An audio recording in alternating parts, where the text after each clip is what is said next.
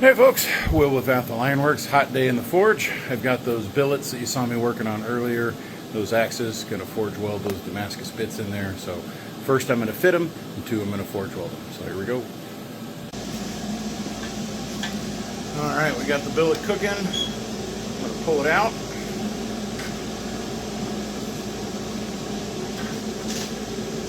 Close it up, conserve the heat. Alright, now I'm going to use this anvil block to kind of hold that bit in as I come in around the edge and I set the weld.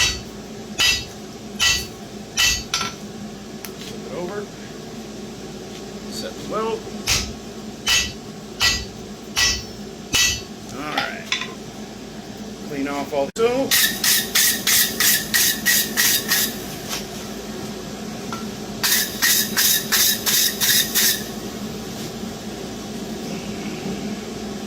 starting to look like something. There we are, back in the fire.